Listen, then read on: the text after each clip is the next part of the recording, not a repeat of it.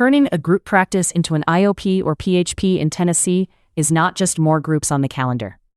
The moment you move into organized addiction treatment, licensing, payers, documentation, and your location all become part of the operating model. So, before you announce the program, here is what a Tennessee group practice should investigate first. We will walk through 4 things to verify: licensing, staffing, your location, and payer readiness in Tennessee.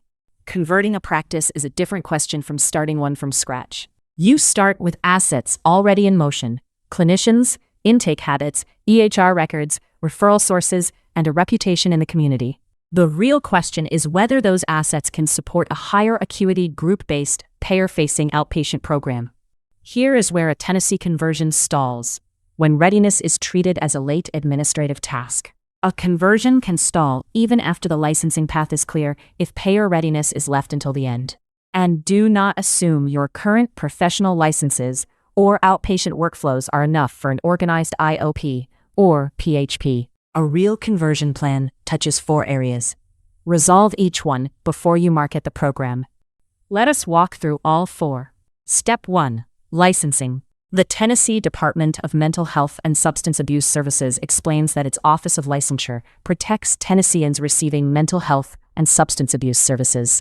Treats search terms like Tennessee IOP licensing as discovery terms.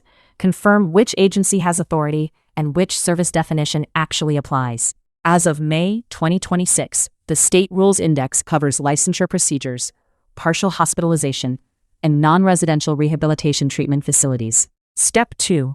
Staffing and clinical leadership. A group practice runs on flexible therapist schedules. An IOP or PHP needs a more coordinated clinical model and stronger administrative ownership. Clinical leadership, documentation governance, utilization review, and billing operations all become more consequential than ordinary outpatient therapy. Step 3. Your location. Many practices want to keep the same office. That can work only if the location can support the licensed service you intend to operate. TDMHSA's materials describe facility review and inspection concepts. Treat it as a site readiness question before you sign a lease amendment or spend on build-out.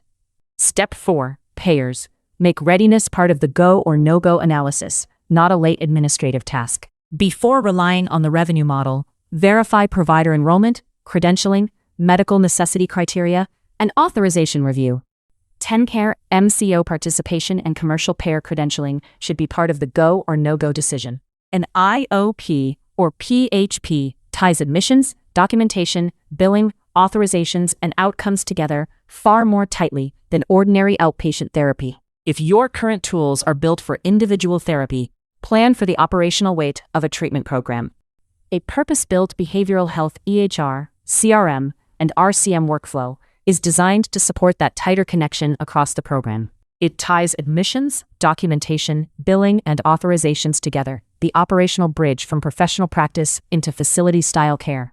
Before you commit capital, do the discovery, and do not solve any of this from a blog post. Use findtreatment.gov to understand the existing outpatient landscape around Nashville, Memphis, Knoxville, and Chattanooga. Use current state sources and qualified counsel for legal and licensure decisions. Those terms may not match the state's exact categories. Behave Consulting can help with licensing readiness, EHR and billing infrastructure, admissions workflows, and the implementation plan. It is not just more groups on the calendar. Talk with us before you market the service or commit capital. See the EHR, billing, and admissions workflow built for an IOP or PHP conversion. Book a demo at behavehealth.com.